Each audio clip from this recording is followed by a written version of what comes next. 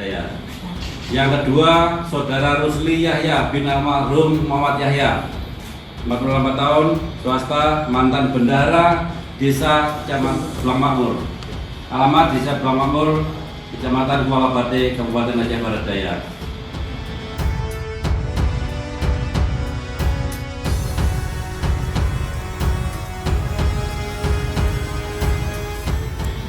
Adapun modus yang dipakai kedua tersangka ini yaitu pada saat pelaksanaan pengelolaan anggaran pendapatan belanja desa atau kampung saat ini kita sedang berada di di Polres Desa Barat Daya.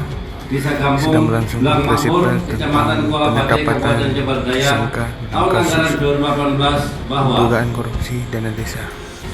ada item yang tidak dilaksanakan atau item pekerjaan yang tidak dilaksanakan alias fiktif anggaran.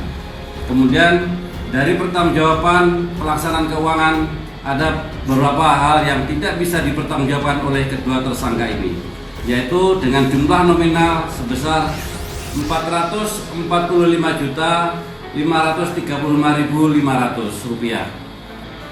Kemudian terhadap tersangka ini kita kenakan pidana dengan ancaman minimal 4 tahun dan maksimal 20 tahun dan denda paling sedikit Rp200 juta dan paling banyak Rp1 miliar.